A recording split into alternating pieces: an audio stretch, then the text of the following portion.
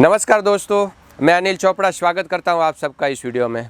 दोस्तों, इस वीडियो में हम समझने की कोशिश करेंगे कि ड्रैगन फ्रूट फार्मिंग में नवंबर मंथ में कौन से पॉइंट के ऊपर हमें ध्यान रखना है और कौन सी चीज़ों को हमें इम्प्रूव करना है। तो दोस्तों, आपने नया प्लांटेशन किया है या फिर आपके पास पुराना प्लांटेशन है जिसमें से आप प्रोडक्शन निकाल रहे हो, ये सभी टाइप के स्टेज के ऊपर हम क्या क्या इम्प्रूवमेंट कर सकते हैं और कौन से पॉइंट को आगे ले जा सकते हैं। तो जिसके अंदर क्लाइमेट के बारे में हम डिस्कस करेंगे, पानी के बारे में डिस्कस करेंगे, खाद प्रबंधन के बारे में और पेस्ट कंट्रोल के बारे में, इंटरक्रॉपिंग के बारे में, सभी पॉइंट्स के ऊपर हम इस वीडियो में डिस्कस करेंगे। तो आप स्टार्टिंग से एंड तक इस वीडियो को पूरा समझने की कोशिश करिए और आप पहली बार हमारे चैनल के ऊपर आए हैं तो इस चैनल को सब्सक्राइब करें और बेल आइकन को दबाना ना भूलें ताकि हमारा हर वीडियो का नोटिफिकेशन आप तक पहुंचता रहे। और दोस्तों, इस वीडियो के रिलेटेड आपको कोई सवाल है तो मुझे स्क्रीन के ऊपर दिए गए व्हाट्सअप नंबर पे आप फ़ोटो वीडियो निकाल के भेज सकते हो और टाइप करके भी भेज सकते हो। मैं कोशिश करूँगा आपकी हमेशा हेल्प करने की। दोस्तों, सबसे पहला पॉइंट हम समझते हैं क्लाइमेट। ये जो नवंबर मंथ है उसमें क्लाइमेट कैसा है, तो दिन का जो टेम्परेचर है वो 35 डिग्री के आसपास टेम्परेचर पहुंच जाता है और नाइट का जो टेम्परेचर है वो 20 डिग्री। तो मतलब जो दो पॉइंट है 20 डिग्री और 35 डिग्री, इसके बीच का अंतर बहुत ज़्यादा है। इसलिए प्लांट है वो समझ नहीं पा रहा है कि किस दिशा में काम करना है, उसको पूरा ट्रेस लग रहा है। तो ये टाइम पे बहुत किसानों के जहाँ पर प्लांट है वो ट्रेस में है, वो पत्तियाँ एकदम पतली सी हो गई है और दूसरा कि जो पौधे हेल्थी है उसके ऊपर कहीं कहीं जगह पे फंगल डिसीज़ भी बढ़ रहा है, बैक्टीरियल डिसीज़ भी बढ़ रहा है। तो ये सारी चीज़ें क्लाइमेट की वजह से फार्म के ऊपर अटैक करती दिख रही है। और दोस्तों, आपने नया प्लांटेशन किया है तो आपको सिर्फ ग्रोथ ही करवाना है और पुराना प्लांटेशन है तो उसमें कहीं कहीं जगह पे अभी भी फ्रूटिंग चालू है और नई सूट भी निकलना चालू हो गई है। कहीं कहीं जगह पे, कुछ जगह पे नया बर्ड्स भी निकल रहा है और बहुत किसान ये दिशा में काम भी कर रहे हैं। ये क्लाइमेट में हमें ऑफ सीजन का फ्रूटिंग कैसे लें, तो उसके लिए लाइटिंग से भी ट्रायल करना कोशिश कर रहे हैं। तो दोस्तों, ये जो मौसम है, इस मौसम में हमें प्लांट को ज़्यादा डिस्टर्ब नहीं करना है। दूसरा पॉइंट समझते हैं वाटर मैनेजमेंट। पानी कितना हम इस मंथ में मैनेज करें। तो अभी मैं बताऊँ, दिन में टेम्परेचर बढ़ जाता है और कहीं कहीं जगह अचानक बारिश गिरने का भी संभावना है। तो आप ये पॉइंट को समझिए कि आपकी सॉइल में नमी को मेंटेन करना है। बस आपको एक ही बात बता रहा हूँ, पानी मैनेजमेंट के लिए आपको आपकी सॉइल में नमी को मेंटेन करना है। क्यों मेंटेन करना है और कितना पानी देना है, वो आप आपकी सॉइल का जो स्ट्रक्चर है उस हिसाब से आप डिसाइड करिए कि आपको 2 दिन के अंतराल पे पानी लगेगा या 4 दिन के अंतराल पे पानी लगेगा या 6 दिन के अंतराल पे पानी लगेगा। कितने समय में आप पानी उसको फ्लो करेंगे, वो आप आपकी सॉइल के स्ट्रक्चर के हिसाब से मैनेज करिए। Fertigation management. दोस्तों, फर्टिगेशन मैनेजमेंट हम कब करते हैं, तो पहला पॉइंट रहता है कि जब हमारा नया प्लांटेशन है उसको हम प्लांट को ग्रोथ करते हैं तो ग्रोथ करने के लिए फर्टिगेशन करते हैं। और दूसरा है कि हमारा फ्रूटिंग स्टेज पे है या नया फ्रूटिंग लिया है तो उस टाइम पे हम फर्टिगेशन मैनेजमेंट करते हैं। तो दोनों के लिए मैं थोड़ा आपसे डिस्कस कर लूँ कि अगर आपने नया प्लांटेशन किया है तो आप बेसल डोज के अंदर ऑर्गेनिक फर्टिलाइज़र यूज़ करिए और केमिकल फर्टिलाइज़र यूज़ करिए। वो आपकी सॉइल के अंदर कार्बन की मात्रा कितनी है और आपका सॉइल रिपोर्ट चेक करने के बाद आप उसमें फर्टिगेशन करिए। और इसके साथ साथ आपने अभी फ्रूट का सीज़न लिया है, इसका मतलब है कि प्लांट ने फ्रूट को डिलीवर किया है, तो डिलीवरी के बाद हमें फर्टिगेशन करना बहुत इम्पोर्टेंट है। क्यों इम्पोर्टेंट है कि प्लांट के अंदर पूरा न्यूट्रिशन, पूरी एनर्जी ख़त्म हो चुकी है, उसको एक नया बूस्टर डोज देना पड़ेगा उसको एनर्जी के लिए, तब जाके उसमें से नया स्प्राउट निकालेंगे और उस नया स्प्राउट में अगली सीजन के लिए वही स्प्राउट फ्रूट की डिलीवरी के लिए वो रेडी होगा। तो वो फर्टिगेशन मैनेजमेंट थोड़ा हम समझ लेते हैं। दोस्तों इससे भी आगे मैंने बहुत सारे इस पॉइंट के ऊपर वीडियो बनाए, उसमें भी मैंने बहुत सारी डिस्कस किए। तो वो वीडियो नहीं देखा है तो वो वीडियो भी आप एक बार जाके देख लीजिए कि अलग अलग स्टेज के ऊपर फर्टिगेशन के लिए मैंने अलग अलग पॉइंट आपके साथ शेयर किया हुआ है। लेकिन अभी हम बात कर रहे हैं फ़िलहाल नवंबर मंथ के अंदर फर्टिगेशन। इसका मतलब है कि जो डिलीवरी हो चुका है प्लांट से फ्रूट, वो प्लांट के ऊपर फर्टिगेशन मैनेज करना। दूसरी बात, जो नया प्लांटेशन है उसको ग्रोथ करने के लिए फर्टिगेशन करना। तो दोस्तों अभी हम ऑर्गेनिक खाद के रूप में, बेसल डोज के रूप में सभी इनपुट्स करने वाले हैं।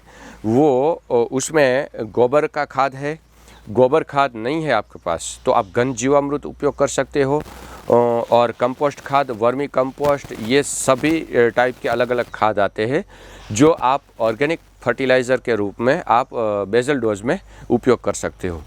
इसके साथ साथ आपकी सॉइल के अंदर नाइट्रोजन, फॉस्फोरस, पोटाश की मात्रा कम है तो आप 12-32-16 NPK खाद आता है उसका उपयोग कर सकते हो। आपके सॉइल के अंदर फॉस्फोरस की मात्रा कम है तो आप DAP खाद का इस बेसल डोज में उपयोग कर सकते हो।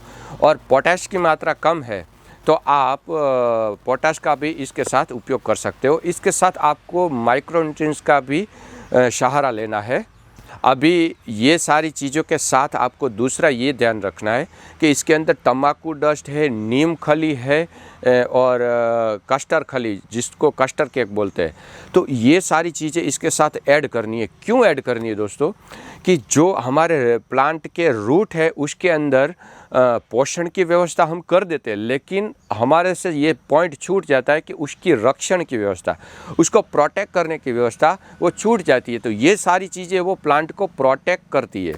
तो वहाँ पर प्लांट के रूट को डिसीज नहीं लगता, तो जो हमारा प्लांट का रूट है वो अच्छे से ग्रो करता है और इसमें अच्छा एनर्जी स्टोर होता है और प्लांट एकदम हेल्दी बनता है। और हेल्दी प्लांट से ही हमें अच्छा शूट निकलता है और वही शूट हमें आगे जाके अच्छी फ्रूटिंग देता है। तो ये पूरा एक चैनल है, वो स्टार्टिंग से एंड तक हमें केयर करके आगे चढ़ना है। और दोस्तों इसके साथ हमें ह्यूमिक एसिड भी थोड़ा यूज़ करना है, क्योंकि जो उसकी पुरानी जड़ें, उसकी जगह कुछ नई जड़ें हमें डेवलप करनी है, तो जो पौधा है वो अच्छे से खुराक और पानी ले सके। तो दोस्तों ये एक ऑप्शन मैंने दिया। और दूसरा ऑप्शन से मैं बात करता हूँ कि अगर ये सारी चीज़ें आप मेंटेन नहीं कर सकते तो आप रेडीमेड बाज़ार से कोई भी खाद अच्छा मिलता है वो उठा के आप उपयोग कर सकते हो। बहुत सारी कंपनियों का आता है, जिसमें से मैं आपको एक सजेस्ट कर रहा हूँ, rising leaf organic pellet fertilizer. इसका भी उपयोग करिए। बहुत किसानों ने उपयोग करवाया है मैंने, और सभी किसानों के वहाँ पर अच्छा रिज़ल्ट मिला है और वो रेगुलरली उपयोग करना स्टार्ट किया है, उसको भी अच्छा रिज़ल्ट मिला है। जो फार्मरों का रिव्यू है वो मैं आपके साथ शेयर कर रहा हूँ, तो आप उसका भी उपयोग कर सकते हो। दोस्तों बहुत बार किसान मुझे कॉल कर देते हैं इस राइजिंग लीफ फर्टिलाइज़र के लिए। तो दोस्तों ऑलरेडी मैंने वीडियो में कॉन्टैक्ट नंबर दिया है कंपनी का, तो आप डायरेक्ट कंपनी का कॉन्टैक्ट करिए, मेरा कॉन्टैक्ट करने की उसके लिए कोई आवश्यकता नहीं है। ये खाद आपको क्यों सजेस्ट कर रहा हूँ वो भी आपको बता दूँ कि ये जो खाद कंपनी ने बनाया उसके अंदर ऑलरेडी गोबर का उपयोग किया हुआ है, चिकन मैन्यूर उपयोग किया हुआ है, amino acid, humic acid, seaweed extract, rock phosphate, cocopeat है। ऐसी बहुत सारी चीज़ों का इस फर्टिलाइज़र के अंदर उपयोग करके एक कंप्रेस करके एक पैलेट के रूप में खाद को तैयार किया है। तो ये खाद हम पर प्लांट के हिसाब से, अपना जो प्लांट ग्रोथ स्टेज में है तो पर प्लांट के हिसाब से हम 1 kg से 1.5 kg पर प्लांट के हिसाब से उपयोग कर सकते हैं। और हमें नए अगले साल फ्रूटिंग लेना है तो वही प्लांट के ऊपर इस टाइम हम 2 kg से 3 kg तक पर प्लांट के हिसाब से उपयोग कर सकते हैं। ऐसे इस फर्टिलाइज़र का हम उपयोग भी कर सकते हैं। अभी हम समझते हैं नवंबर मंथ के अंदर पेस्ट कंट्रोल। दोस्तों पेस्ट कंट्रोल में आपको बैक्टीरियल डिसीज़ भी लग सकता है, फंगल डिसीज़ भी लग सकता है, रूट के अंदर डिसीज़ भी लग सकता है। तो ये पॉइंट के ऊपर मैं ज़्यादा लंबी बात नहीं कर रहा हूँ। आप आपके फार्म के ऊपर ऑब्जर्व करिए क्या डिसीज़ आ रहा है, उस डिसीज़ को आप कंट्रोल करिए, क्योंकि डिसीज़ को कंट्रोल करना बहुत ज़रूरी है, वरना हमारी जो ग्रोथ है प्लांट की वो रुक जाएगी और जो हमारा पौधा है उसको डैमेज करने की कोशिश करेंगे ये सारे डिसीज़। तो हमें ये सभी पेस्ट और डिसीज़ को कंट्रोल करना बहुत ज़रूरी है। दोस्तों, बहुत जगह ऐसा देखने को मिला है कि फार्मर जहाँ ड्रैगन फ्रूट का फार्मिंग कर रहे हैं वहाँ पर उसके फार्म में पूरा वीड लगा हुआ है, खरपतवार लगा हुआ है, उसको कंट्रोल नहीं कर रहे। दोस्तों, ड्रैगन फ्रूट के प्लांट के अगल बगल में कहीं पे भी खरपतवार है तो उसको कंट्रोल करना बहुत ज़रूरी है। क्यों कंट्रोल करना है? उसका रीज़न ये है कि जो ड्रैगन फ्रूट की जड़ें हैं वो बहुत लंबी नहीं होती है, उसकी लेंथ है वो 1 फीट 2 फीट, ज़्यादा से ज़्यादा 3 फीट के राउंडिंग में उसकी जड़ें रहती है। और दूसरा, वो डीप भी नहीं जाती, उसकी जड़ें ऐसे डीप नहीं फैलती, ऐसे फैलती है। तो ऐसे में अलग अलग जगह पे उसके रूट जोन में अगर खरपतवार है तो वहाँ पर दो चीज़ों का कंपटीशन हो जाएगा ड्रैगन फ्रूट और खरपतवार के बीच में। एक है पोषक तत्वों का कंपटीशन हो जाएगा और दूसरा है पानी का कंपटीशन हो जाएगा। तो यहाँ पर हमें कंट्रोल करना वीड को बहुत ज़रूरी है। खरपतवार कंट्रोल नहीं हुआ तो वहाँ पर प्लांट को पानी और खाना दोनों कम पड़ने की चांसेस बढ़ जाएगी। तो इसके लिए हम क्या कर सकते हैं दोस्तों? आप कास्ट आच्छादन भी रूट जोन में कर सकते हो। ग्रीन मल्चिंग, जिसको लाइव मल्चिंग भी बोलते हैं, ऐसा कुछ भी पौधा लगा दो जहाँ पर ग्रीन मल्चिंग बन जाए, ये भी कर सकते हो। तीसरा है आप प्लास्टिक मल्चिंग भी लगा सकते हो। तो आपको कौन सा तरीका अच्छा लगता है और कौन सा आपको वायबल बैठता है, उस हिसाब से आप डिसीजन लेके वो तरीका उपयोग कर सकते हो। अगला पॉइंट है इंटरक्रॉप की फसलें। तो दोस्तों, ठंड की मौसम चालू हो चुकी है, तो ठंड की मौसम में होने वाली सभी फसलें हम ड्रैगन फ्रूट फार्मिंग के अंदर इंटरक्रॉप के रूप में कर सकते हैं। सिर्फ ध्यान ये दो चीज़ का रखना है, उसके रूट जोन को प्रॉब्लम ना हो उस हिसाब से प्लानिंग करना है, और दूसरा कि उसके हाइट से ज़्यादा हाइट न जाए, उस हिसाब से हमें ड्रैगन फ्रूट में इंटरक्रॉपिंग का प्लानिंग करना है। और इंटरक्रॉप एक ऐसी चीज़ है कि हमारे जो मुख्य फसल है ड्रैगन फ्रूट, उसके साथ साथ हमें एक्स्ट्रा इनकम के रूप में भी इसका उपयोग कर सकते हैं। दूसरी पॉइंट, हम इस इंटरक्रॉप के फसल को ग्रीन मल्चिंग के लिए भी उपयोग कर सकते हैं और इसके साथ साथ उसमें से हमें एक्स्ट्रा इनकम भी मिलती है। तो आप इंटरक्रॉपिंग का प्लानिंग करें तो ये पॉइंट को ध्यान में रखते हुए आगे प्लानिंग कर सकते हो।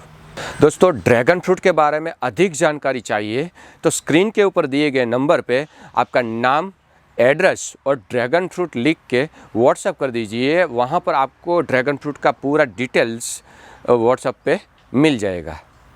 दोस्तों, और एक पॉइंट समझने जैसा है कि जब ड्रैगन फ्रूट का फार्मिंग नया लगाया है उसमें और जिसमें से हमें फ्रूटिंग लिया है उसमें, ये दोनों में वाटर शूट निकलता है।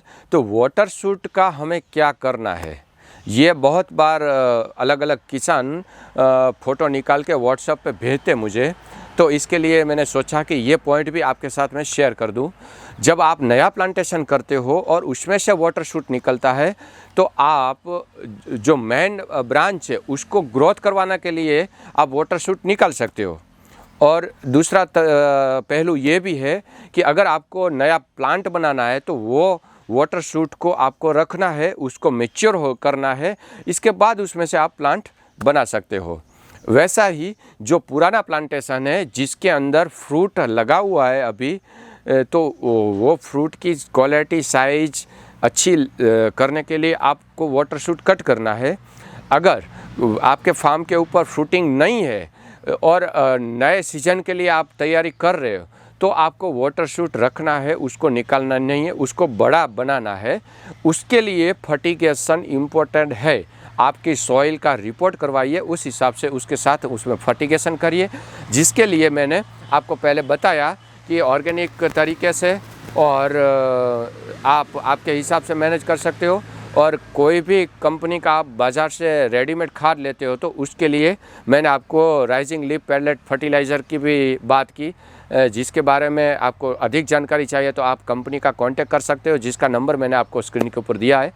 तो वहाँ से आप डिटेल्स लेके कंपनी को कांटेक्ट कर सकते हो। कंपनी आपको ऑल ओवर इंडिया में डिलीवरी सप्लाई करती है। जो मेरी जानकारी है वो जानकारी आपके साथ मैं शेयर कर रहा हूँ। तो ये जो पॉइंट है उसको आपको पूरी तरीके से केयर करना है। वाटर सूट आपको रखना है नया फ्रूटिंग के लिए या नया प्लांट के लिए, या फिर ये दोनों पॉइंट की आपको ज़रूरत नहीं है तो उसको कट करके निकाल देना है, ताकि हमारे प्लांट का एनर्जी और फूड है वो एक्स्ट्रा वो वाटर सूट में चला ना जाए। नवंबर मंथ में क्लाइमेट के हिसाब से वाटर मैनेजमेंट, फर्टिगेशन मैनेजमेंट और भी अलग अलग पॉइंट मैंने आपके साथ डिस्कस किए हैं। तो ये पॉइंट को आप ध्यान में रखते हुए आपका फार्म को आगे बढ़ाइए, जिसमें हमें अच्छा रिज़ल्ट मिलेगा। और आपका फार्म में क्या आप अलग अलग आइडियाज़ यूज़ करते हो वो भी आप वीडियो बना के या फ़ोटो बना के मुझे स्क्रीन के ऊपर दिए गए नंबर पे व्हाट्सएप करिए। मैं कोशिश करता हूँ हमेशा कि अलग अलग किसानों से अलग अलग नया जानकारी मैं लेके अलग अलग किसानों के साथ शेयर करने की। तो हो सकता है आपका आइडियाज़ और किसानों को भी अच्छा लगे और उसको भी इसमें से अच्छा बेनिफिट मिल सके। तो दोस्तों इस वीडियो को मैं यहाँ पर ख़त्म करता हूँ। मिलेंगे नए वीडियो में, तब तक के लिए जय हिंद, जय भारत।